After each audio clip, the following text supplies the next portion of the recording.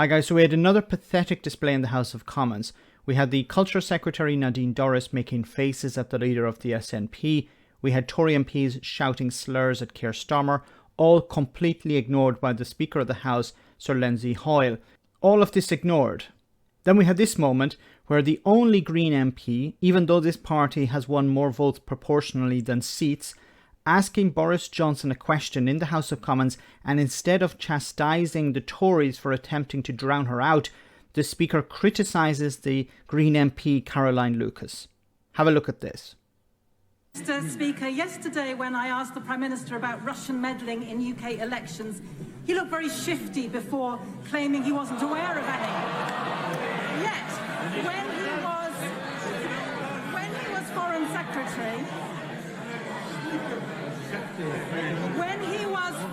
Secretary, in 2017, in a joint press conference with the Russian Foreign Minister, when Lavrov claimed there was no evidence that Russia had interfered in UK elections in any way, the now Prime Minister corrected him by saying there was no evidence of successful interference. So can the Prime Minister tell us what evidence he has seen of unsuccessful interference? Has he actually read the Russia report, which is very clear that there is credible evidence of interference?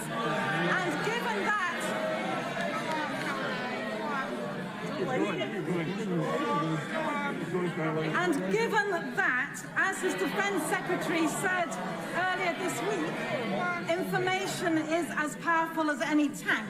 Can he explain why he's turning a blind eye to allegations of Russian disruption and playing fast? Order. I hope you're coming to the end of the question. I do need to... When he said order, I was expecting him to say, can we hear the question? We can't hear the question. I was struggling to hear the question myself. I can imagine people in the House of Commons were struggling to hear the question as well. Yeah, he's saying, order, can you get to the end of the question? What a pathetic individual this guy is.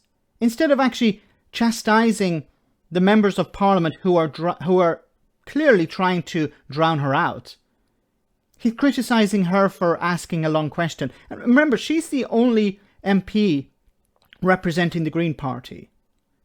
You know, I've covered this before, how there are members of Parliament on the Conservative side who will stand up and ask Boris Johnson to celebrate International Cake Day or something like that. And there'll be time given for that, but there isn't time given for an important question. And when she's struggling to ask that question, instead of actually telling the Conservative Party to shut the F up, he's criticising her.